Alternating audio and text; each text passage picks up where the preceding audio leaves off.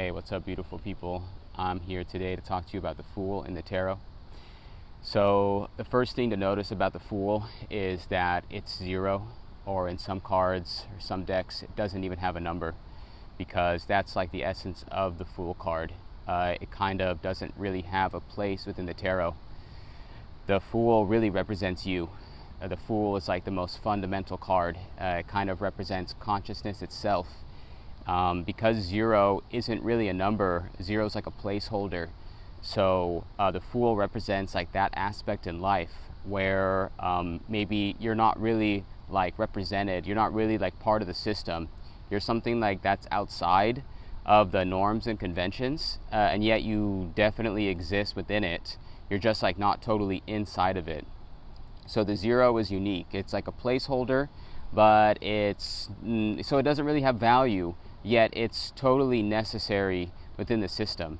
So that's something to think about with the Fool, is that it has something of like an insider-outsider nature to it. So the Fool is like the most whimsical character in the tarot. It's the archetype of kind of like the enlightened person, the person who like doesn't need society, yet is part of society. They don't really have many cares anymore. They don't feel like attached to any system or structures or even to other people, but they are happy, and they can represent like the wandering fool. They can represent the mystic. They can represent a lot about the individual on their journey to enlightenment, their journey to like sort of leave the earth, ascend from the earth, yet they still have their journey here on earth and they enjoy it. The Fool is very independent. In the Rider-Waite deck and in most decks, the Fool has a stick with all his things, all his belongings in a sack, and he's wandering off. So that represents this independence. There isn't really a need for anything. The Fool already has everything he or she needs. The Fool also has his companion, the dog, next to him, and this represents like never really being alone on the journey. The Fool has like his own inner soul, his own conscious that is part of his journey that he's like aligned with, and so the dog can represent that. And it also represents that on the journey, as one goes along, especially when one is confident in themselves and is in love with themselves and carefree like the Fool, that they'll always meet people on the journey that will either guide them or support them. So there's like an aspect of being alone, but never really being alone. Or the Fool is ruled by the Aquarius sign in astrology, and Aquarius is all about being a rebellion. It's all about being different. Aquarius is also a fixed sign, and so that means that it tends to stay the course. It really gets an idea, or it gets motivation, and it sticks to it.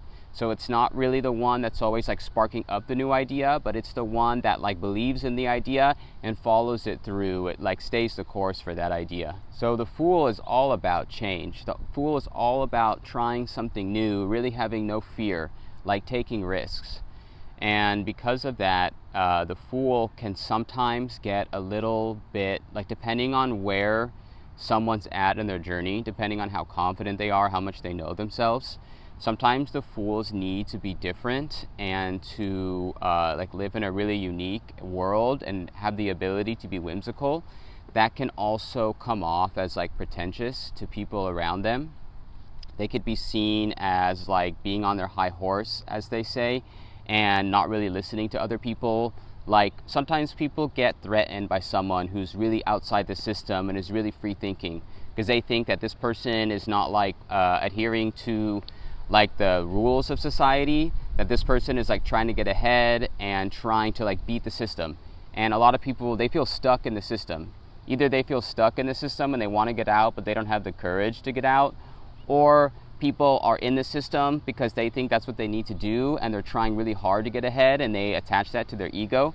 So they see the Fool and they struggle with the Fool. They can sometimes be inspired by the Fool, but they can sometimes also be turned off, and they can see the Fool as pretentious. The Fool is also something like a wild card. In the standard playing deck, the Fool is equivalent to the Joker card, which is usually like a wild card. It can be any suit or any number in the deck. So the Fool really has that quality. It can kind of fit into any place. It's not really attached to anything, so it can flow easily. It's ruled by Aquarius. Aquarius is an air sign. It flows really easily. And so because of that, the wildness of the Fool can also be like lacking direction. It can be like not really knowing what one wants. And there's a beautiful aspect to that one is just living. One doesn't need anything. But the negative aspect is sometimes we are acting in the world and we are participating in structures. And so if we're too much the Fool, we could end up like losing something that we worked for. We could be looked at as like foolish. We could be actually causing more disturbance than peace in the world around us if we're like too acting like the Fool. So the Fool overall is a really positive sign that you're moving forward in your journey and that your curiosity and your excitement is leading you. So the thing to remember is not to soar too high, not to like run too fast on this journey.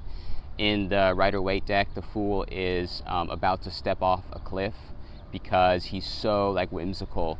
He's so like in this fantasy of knowing himself and of embracing the world and being both in the world and out the world. So the important thing is like don't move too fast, like still have some clarity.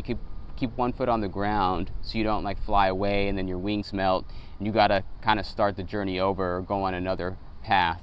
So the thing is just like remain somewhat grounded while you're on this whimsical journey. So my final advice with the Fool is take a risk. Let opportunities come to you in life and don't be afraid to take them.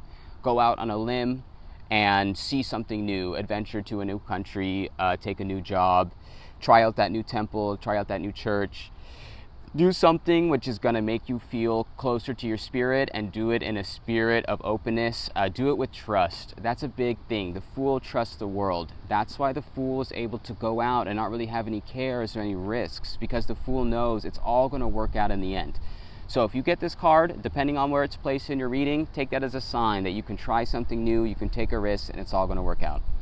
So thanks everybody for watching. I hope you enjoyed this video. I hope you learned more about the Fool. If you like my videos, just subscribe or hit the like button. And if you want a personal reading, just send me a message and I can do one of those for you. All right, so thanks so much, guys. Have a beautiful day.